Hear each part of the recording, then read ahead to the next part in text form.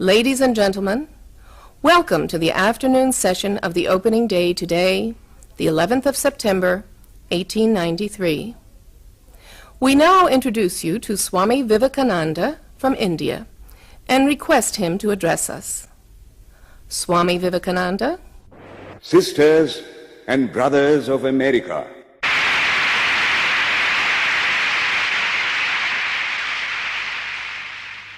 it fills my heart with joy unspeakable to rise in response to the warm and cordial welcome which you have given us. I thank you in the name of the most ancient order of monks in the world. I thank you in the name of the mother of religions. And I thank you in the name of the millions and millions of Hindu people of all classes and sects.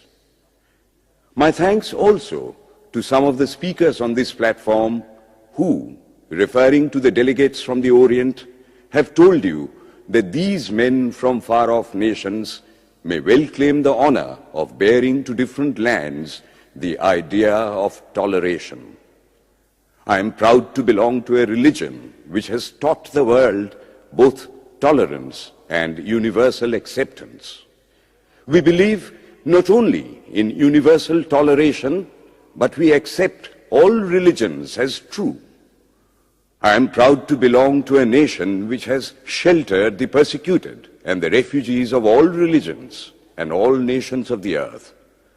I am proud to tell you that we have gathered in our bosom the purest remnant of the Israelites who came to southern India and took refuge with us in the very year in which their holy temple was shattered to pieces by Roman tyranny. I am proud to belong to the religion which has sheltered and is still fostering the remnant of the grand Zoroastrian nation. I will quote to you, brethren, a few lines from a hymn which I remember to have repeated from my earliest boyhood, which is every day repeated by millions of human beings.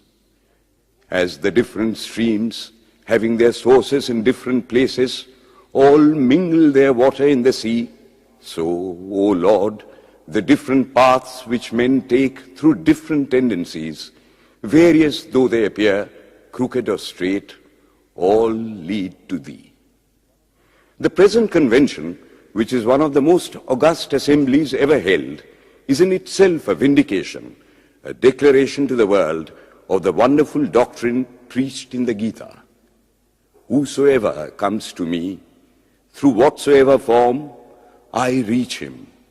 All men are struggling through paths which in the end lead to me.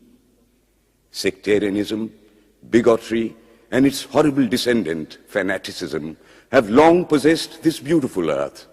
They have filled the earth with violence, drenched it often and often with human blood, destroyed civilization, and sent whole nations to despair. Had it not been for these horrible demons, human society would be far more advanced than it is now. But their time is come, and I fervently hope that the bell that tolled this morning in honor of this convention may be the death knell of all fanaticism, of all persecutions with the sword or with the pen, and of all uncharitable feelings between persons wending their way to the same goal. I will tell you a little story.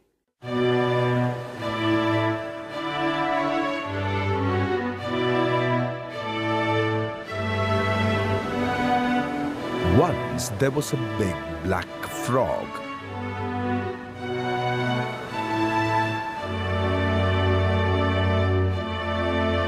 Which lived in a well. It stayed a little away from the sea.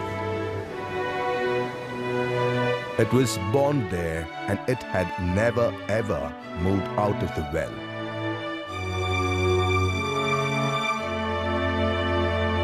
It knew nothing about the world and thought that it was the most intelligent frog on earth.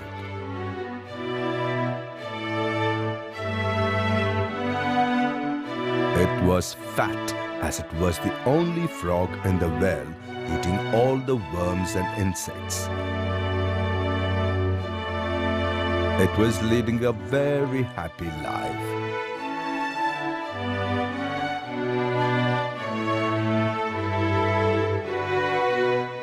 One day, a frog from the sea lost its way and came near the well. Accidentally, it fell inside the well with a loud noise. The frog in the well that was sleeping was shocked at the noise.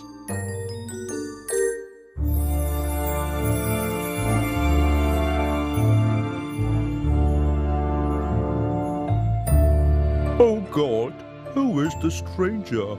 It looks like me, but he is not black like me. Yea, you stranger, what business you have here? Well, friend, I did not have any intentions of coming here. I am from the sea and I have lost my way. I fell inside the well accidentally, but it is good that I have met you. The frog in the well was satisfied with the answer, but it wanted to know more about the new frog. You told me that you are from the sea, right? Yes. What is that? How big is it? Is it as big as my well? The well frog was very eager to know about the sea. My friend, how do you compare the sea with your little well? Is your sea bigger than this?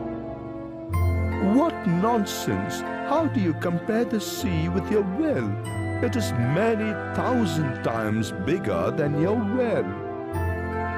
The well frog could not tolerate the answer. It thought that his well was the biggest of all. It did not like the frog which came from the sea. Ha! You are a liar. You think too much of yourself. There can be nothing bigger than a well. I don't believe you. That's because you have not seen a sea before. Come with me. I will take you to the sea. Ha! I am not here to believe you. You want to push me into the sea and you want to become a king of this well. That's why you're calling me. I know all these tricks. Get away from here. The sea frog was shocked to hear the words of the well frog. He wanted to explain to the well frog, but it thought it was no use talking to a stupid person.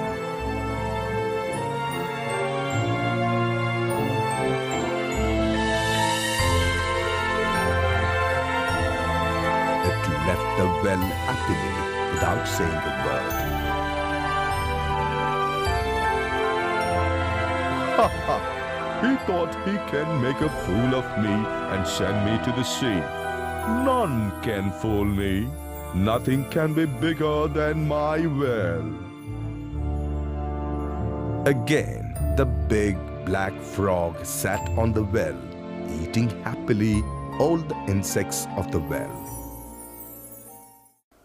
That has been the difficulty all the while. I am a Hindu. I'm sitting in my own little well and thinking that the whole world is my little well. The Christian sits in his little well and thinks the whole world is his well. The Mohammedan sits in his little well and thinks that is the whole world. I have to thank you of America for the great attempt you are making to break down the barriers of this little world of ours and hope that in the future, the Lord will help you to accomplish your purpose.